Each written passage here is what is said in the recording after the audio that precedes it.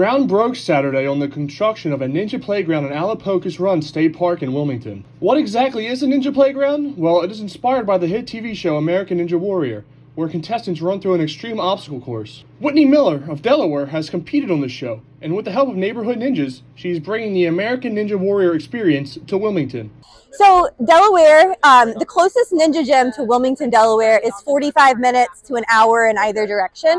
So there is lack of access in Delaware for the sport of ninja. The other reason Wilmington has a high violent crime rate among youth that's been in the news, for several years. And so we see this as being able to provide a really positive space that's free, it's fun, and it's accessible for kids to just be kids and have time to, build growth mindset, play on obstacles, and hopefully it can be a place that just brings the community together. The park is being paid for by state grants and Wilmington, Delaware area Rotary clubs. All that needs to be done now is build the park. Volunteers were out this Saturday to try to get the park ready for its May 18th grand opening, where Miller and other famous contestants of the show will run the course too.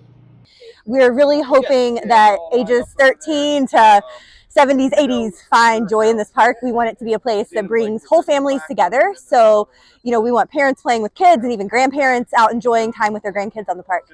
The park will be free to use, and they're also trying to hold classes here a couple times a month to get more people to understand the equipment and to get more people into the ninja lifestyle.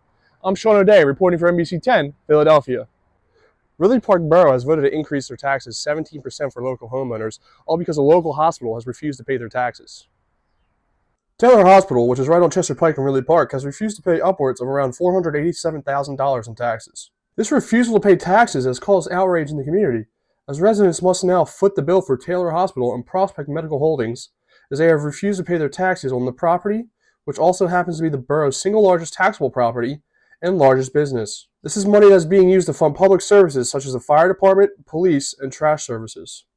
Well, taxes are going up almost 20% here in Ridley Park Borough, so the sewer and the trash fees went up too. So it's gonna affect us as a family. So we're gonna have to start figuring out savings other ways. The council voted 6-1 in favor of the 17% tax increase, and many people are not happy about it. The average homeowner in Ridley Park will now have to spend an extra $400 on taxes.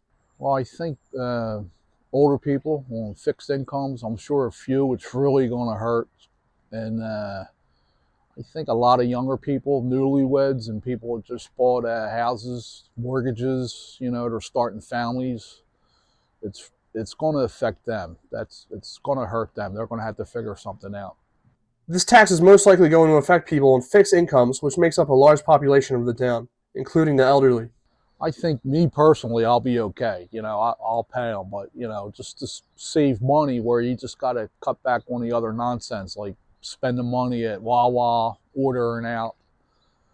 You're just going to have to scrimp and save, and just you just got to do it. Some residents wanted the borough to cut costs elsewhere, such as the 4th of July fireworks display and other local activities. I reached out to the borough for comment, and nobody was available at this time. I'm Sean O'Day, reporting for NBC 10 Philadelphia. Right here in the 5th floor penthouse in Kirkbride Hall, a professor and 3 of his students are doing a research experiment regarding turtles. You heard that right, turtles.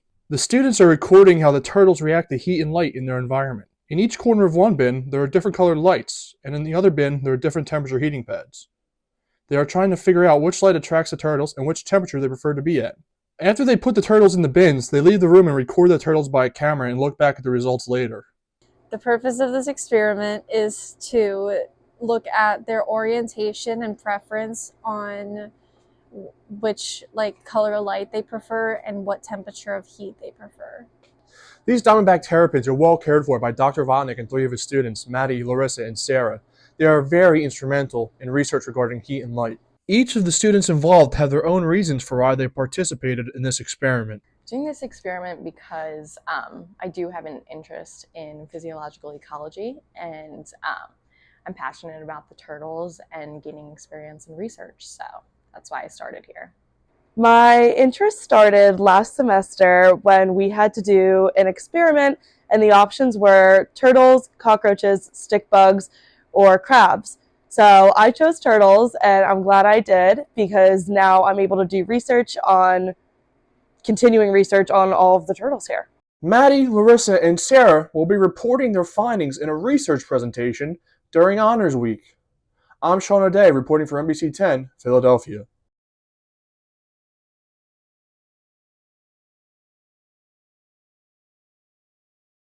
Throughout its 200-year history, Widener University is no stranger to change, starting out as an all-boys school with founder John Bullock in Wilmington, Delaware. So it's not really known exactly why he started the school. He did go to a boarding school, I believe in a similar area, and I know he did teach. Like, he stayed on after he finished school, and he started teaching. So maybe it was just he was interested in the profession, we'll say. So that's probably why he got into it. But he was also a Quaker, and a huge part of being a Quaker is community outreach and nonviolence too. But so it's probably because of that as well. So he started the school probably based on. He was also really prominent in the community, very well respected too. So yeah. Bullock would be head of the school from its inception in 1821 until his death in 1846. After his death, the school turned over to Samuel Alsop, who became the school's second president. In 1853, Alsop would sell the school to Colonel Theodore Hyatt, the first of 3 Hyatt presidents of the institution. This is just about when military instruction became a central part of the college. It is said that Hyatt saw students marching with broomsticks. This inspired him to change the curriculum and added military instruction to his school. At this point, the school would then become the Delaware Military Academy. Well, the Hyatts were in charge of Widener for nearly 100 years. Theodore comes in and combines it with the previous boarding school. It becomes Hyatt Select School for Boys. Then he develops so many other really beneficial advances, like during his presidency, there was an addition of chemical engineering to the curriculum, and engineering became what PMA and then PMC was known for, educating these engineers. Just when the school was getting settled in Delaware as a military academy, war broke out. The American Civil War would start in April of 1861. This was caused by southern states seceding from the Union and forming the Confederacy. The main cause of the secession was to preserve slavery. However, Colonel Hyatt, who was loyal to the Union, moved the school to West Chester, Pennsylvania. Pennsylvania was a state that was friendly to the Union. When the Civil War was just beginning, they were in Delaware still, and Delaware is a border state. And it actually had a lot of Southern sympathizers, but Hyatt did not support the South. And when there was a call for arms, they were a military school, they had firearms, the government wanted them to hand over their guns, basically, and Hyatt refused. I don't think he ever outwardly said, because I don't support the Southern effort in this war. But he did eventually start to support the Union and stuff. So it was kind of because of that, and then because he refused to hand over the guns from the school, his character was called into question by the government as well. And then all of that coupled with, I want to say that they were leasing the land that they were on, so that might have came up as well. So he had to move the school somewhere, and then the land was available in West Chester. And I think it was more space as well, so it gave them more opportunity to grow the school. So they moved over to Pennsylvania from there. Delaware at the time also had many people there who were sympathetic to the Southern cause. This was a tough decision at the time. Many students would end up on the field of battle during the war. After the Civil War, the school would move once again, this time permanently to Chester, Pennsylvania. So, because of the railroad, it was it settled in Upland for 2 years while this campus was being built, Old Main, and some other buildings were being built. And it was located on the New England to Washington, D.C. rail system, which of course is Northeast Corner that we call it. And because of that, and because students traveled by rail from all over, it was valuable for them to be there in this location. In 1867, construction begun and is finished at Old Main. It was designed by John Crump and built by John Shedwick and Son for $38,000. It officially opens to incoming students in September of 1868. The building had both classrooms and living quarters for the cadets. However, in 1882, a fire broke out in a chemistry lab in Old Main. The building actually caught fire because of the laboratory.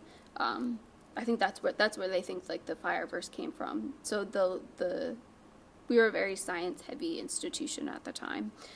So they had a full lab situation happening. And it caught fire and the building burnt down.